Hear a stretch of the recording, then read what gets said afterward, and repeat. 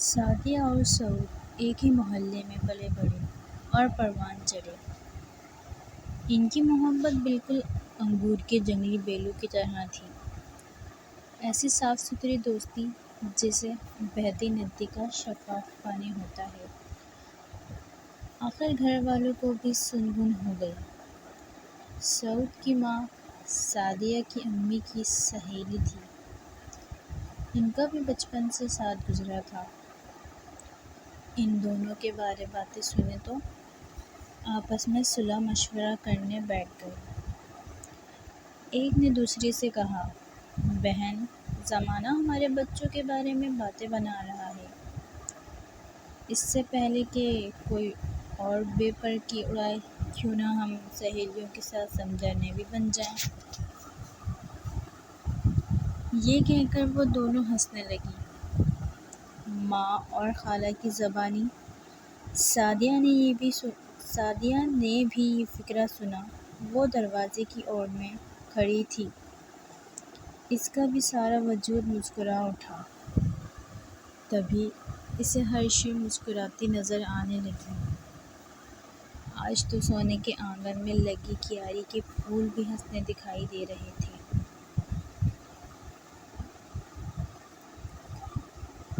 اسی روز سعود خان پورچ سے ڈھکی ٹرے لے کر آ گیا، جس میں باداموں کا حلوہ تھا اور خالہ نے بہت اہتمام سے بھجوایا تھا۔ امی کچن میں تھیں۔ سعدیہ آگے بڑھ کر اس کے ہاتھ سے ٹرے پکڑی اور بے اختیار ہنس دی۔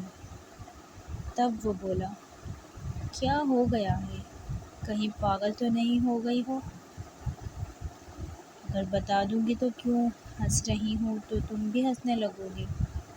یہ کہہ کے سوال کا انتظار کیے بغیر وہ شرماتے ہوئے بولی، تمہاری میری شادی ہو رہی ہے نا؟ میں نے اماں اور خالہ کو یہ کہتے اپنے کانوں سے سنا ہے۔ یہ تو واقعی خوشی والی بات ہے۔ یہ کہہ کر سعود بھی خوشی سے ہنس دیا۔ وہ سعدیہ کے گھر روز سودا سلف پہنچانے آیا کرتا تھا، کیونکہ ان کے گھر میں کوئی مرد نہ تھا۔ سعدیہ کے والد اور بھائی دونوں ہی سعودی عرب کمانے کی خاطر گئے ہوئے تھے اور سعود سے کہہ گئے تھے کہ ہمارے پیچھے تم گھر کا خیال رکھنا، جبکہ اس کی ماں کی ہدایت بھی تھی کہ دن میں ایک بار خالہ بطول کے گھر ضرور چکر لگا لیا کرو، اور وہ جو کام وہ روز کہیں کر دیا کرو۔ اسی بہانے وہ روز ان کے گھر آتا تھا۔ تب ماں سعدیہ کو کہتی، بیٹی، سعود کو کھانا دو۔ وہ انکار کرتا مگر پھر کھانے بیٹھ جاتا اور ساتھ ساتھ خالہ سے باتیں کرنے لگتا۔ باتوں باتوں میں وہ ضرور ایسی بات بھی کہہ کر جاتا جس سے سعدیہ یہ چڑھتی تھی، خالہ جان، سعدی کو اب پڑھنے سے اٹھا لیں، اب یہ بڑی ہو گئی ہے، ایسے گھر سے باہر نہ بھیجا کریں۔ ارے بیٹا، اسے پڑھنے کا بڑا شوق ہے، روکوں گی تو بے نہیں مانے گی۔ خالہ بطول روز ہی ایک سا جواب دیتی اور سعدیہ غصے میں کہتی، سعود، تم کو میری پڑھائی سے حسد کیوں ہے؟ تم یہی چاہتے ہو کہ میں جاہل رہ جاؤں؟ ہاں تو تم نے ایم اے پاس کر کے بینک میں نوکری کرنی ہے کیا؟ ہاں کرنی ہے نوکری، تم بن جاؤ بینک آفیسر، تب میں نہیں کروں گی نوکری۔ اس پر وہ جاتے جاتے آہستہ سے کہتا، تم نے بینک کی نہیں، میری نوکری کرنی ہے، شادی کے بعد۔ یہ کہہ کر وہ ہنستا ہوا دروازے سے باہر نکل جاتا۔ جانے کون سی گھڑی کیسی ہوتی ہے، اس لیے کہا جاتا ہے کہ منہ سے بری بات نہیں نکالنی چاہیے۔ سعدیہ نے بھی نہ جانے کیسی گھڑی منہ سے یہ بات نکالی، کرنی ہے بینک میں نوکری۔ گریجویشن کرتے ہی ہو گئی۔ اس کے والد اور بھائی سعودیہ میں اس وقت ایک ساتھ جاں بحق ہو گئے۔ جب وہ ایک طماٹی پروجیکٹ پر کام کرتے ہوئے حرم شریف میں ایک کرین کے نیچے کھڑے تھے، وہاں حادثہ ہو گیا جس کی زد میں اور بھی کچھ لوگ آئے تھے۔ یہ خبر بجلی بن کر ماں بیٹی پر گری۔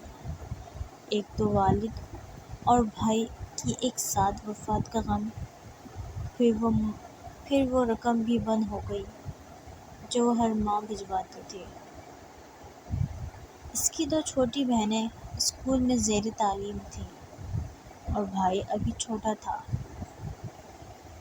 یوں سارے کنبے کا بوجھ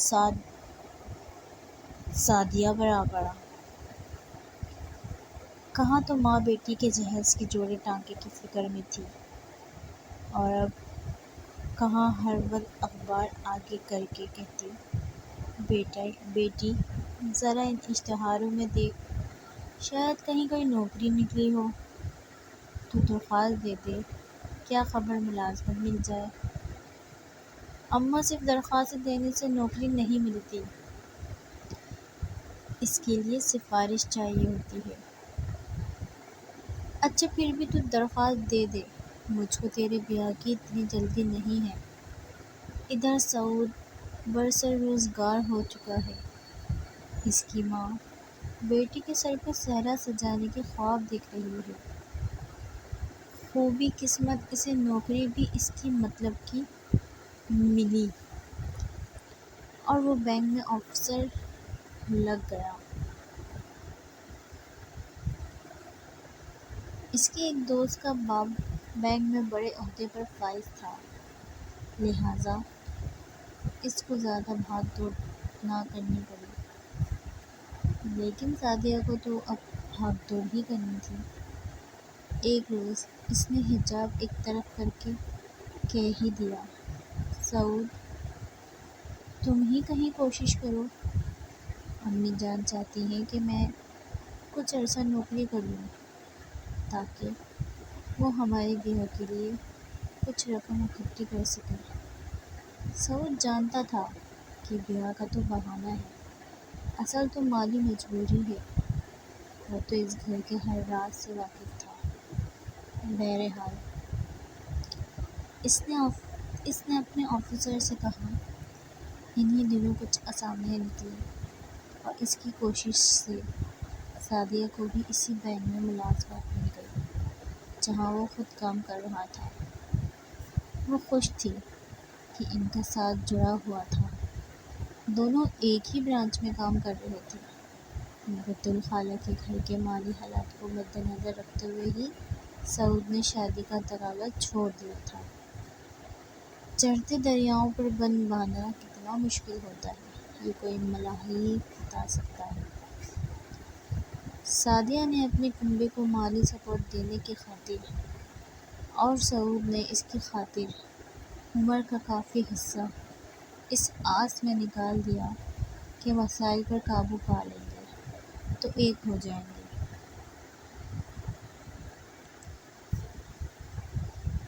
پتہ تھا کہ مسائل تو جھاڑ کے کانٹوں کی طرح ہوتے ہیں، وہ کم نہیں ہوا کرتے۔ آدمی ساری عمر بس سوچتا رہ جاتا ہے، ایک طرح کے مسئلے ختم ہو جائیں تو اور مسائل اٹھ کھڑے ہوتے ہیں۔ یوں سمجھنا چاہیے کہ بس اسی کا نام زندگی ہے۔ ایسا ہی ان پیار کرنے والوں کے ساتھ ہوا۔ سعدیہ کی چھوٹی بہن نے میٹرک کر لیا تو ملازمت کرنے یا آگے تعلیم جاری رکھنے کے بجائے محلے کے لڑکے سے دل لگا لیا۔ شکر ہوا کہ لڑکی کے ماں باپ شریف لوگ تھے، جوں ہی ان کو پتہ چلا وہ لڑکی کے گھر رشتہ لینے آ گئے۔ وہ خالہ بطول کے دکھ درد سے واقف تھے، ان کو مزید دکھوں سے بچانا چاہتے تھے، جبکہ لڑکا ابھی شادی کے جھنجٹ میں نہیں پھنسنا چاہتا تھا، لیکن ماں باپ نے خطرے کو محسوس کرتے نے ان کو شادی کے بندھن میں باندھ دیا۔ یوں بڑا بوجھ سر سے اتر گیا۔ سعدیہ اور اس کی ماں نے سکھ کا سانس لیا۔ راجدہ سے چھوٹی ملکہ ابھی 8ویں میں تھی۔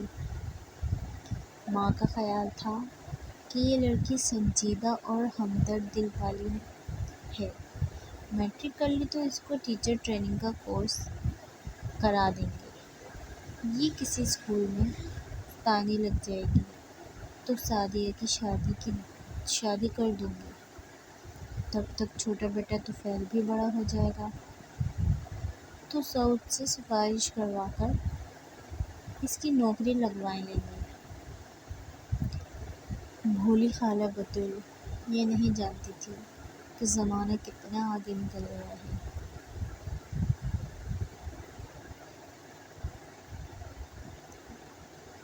پارٹ 1۔